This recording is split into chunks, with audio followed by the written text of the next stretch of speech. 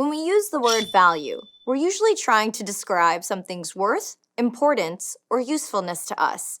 I value your opinion. That's nice. That hat seems like a great value for the price.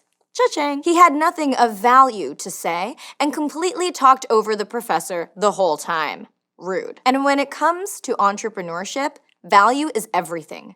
Value is the core of any business, and it directs all future decisions, innovations, and customers that get targeted. Even if we've thought about the big picture, if we can't explain how an idea makes someone's life better, then why should anyone pay attention? So let's talk strategies to answer the two fundamental questions at the core of any business model. What value do I deliver? And who are my customers? I'm Anna Akana, and this is Crash Course Business Entrepreneurship.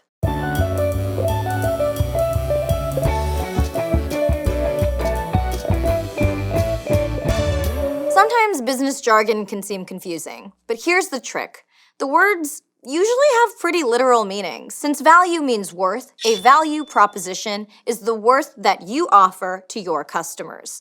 Typically, a value proposition is a sentence or paragraph that clearly articulates what your service, business, or organization does, who it brings value to, and why it's valuable for those people. It should be clear why someone should choose your company over the competition. Value can be something tangible, like offering products at a lower price or higher quality, or something more abstract, like better customer service. For example, Slack is a messaging app designed to reduce email and streamline team communication, or in their words, make work life simpler, more pleasant, and more productive. Slack states the value for the customer right up front with their value proposition.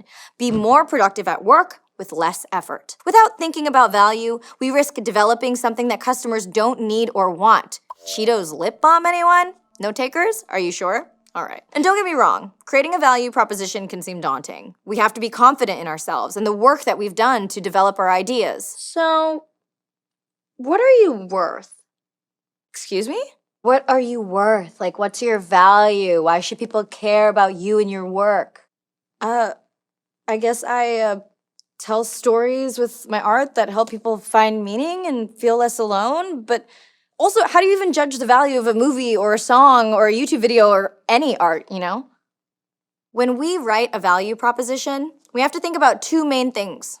First, the experiences of our customers, and second, the capabilities of our product or service. If we've got those down, it'll basically write itself. To make sure we're covering our bases, we can use the value proposition canvas created by a company called Strategizer. Half of the work is understanding customers. Gotta catch them all. And to do that, there are three main questions to ask. Number one, what are their jobs? And this is a little confusing because I don't mean like their literal jobs, more like what do they do at work and in everyday life and what problems do they have? Number two, what pains do they experience, like risks, obstacles, or bad outcomes? And number three, what positive gains are they looking for and receiving? Everyone is trying to maximize gains and minimize pains, or at least strike a healthy balance. So we entrepreneurs can try to tip the scales towards gains. After considering the customer experience, we can turn the spotlight onto our potential business with three response questions. Number one,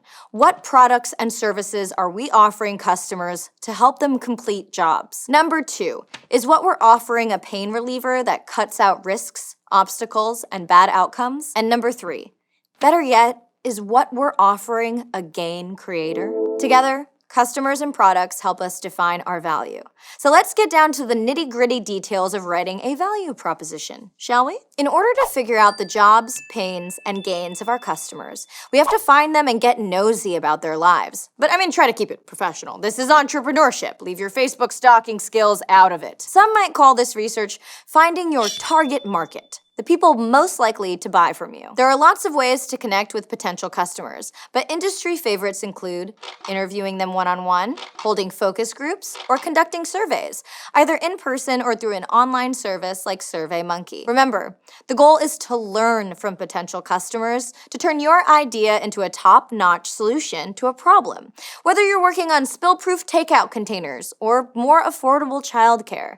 So sleuth out the who, what, where, when, why, and how of your target market. Who do you think or know is experiencing the problem? How old are they? Do they have a family? Or do they speak different languages? Are they a cat? Please say they're a cat. I understand them. What are they doing when they experience the problem? Are they working at a desk job, crafting something, or exercising? Maybe they're hiding under a blanket away from the world and their problems until they crumble into dust. Where are they experiencing the problem? Are they at work or at home? On a plane, a train, an automobile? When are they experiencing the problem? Is there a time of day, week, or year? Is it a seasonal problem? Maybe it changes with the phase of the moon and the flow of the tides. I mean, we cannot help it when Mercury's in retrograde. Take it from a Leo. Why are they experiencing the problem? Why are others not experiencing the problem? And why me? Why is it always me? And finally, how are different people experiencing the problem differently? How are they learning to cope with the problem or develop their own solutions? I mean, ignoring the problem is an option, but it's not always the best way to cope, says my therapist. All these questions paint a picture of who we're dealing with and give us a peek at their jobs.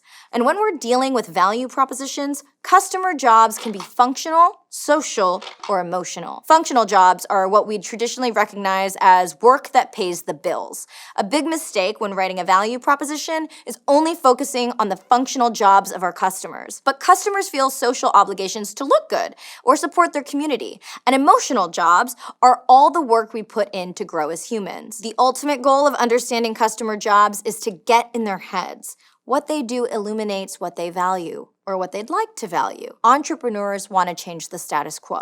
So if we know what customers value, we can figure out how to get them what they want in a new or better format. Remember the point of the value proposition. Why should people choose you over everyone else? Disruption is one strategy to give customers value, and it's a hot business vocab word.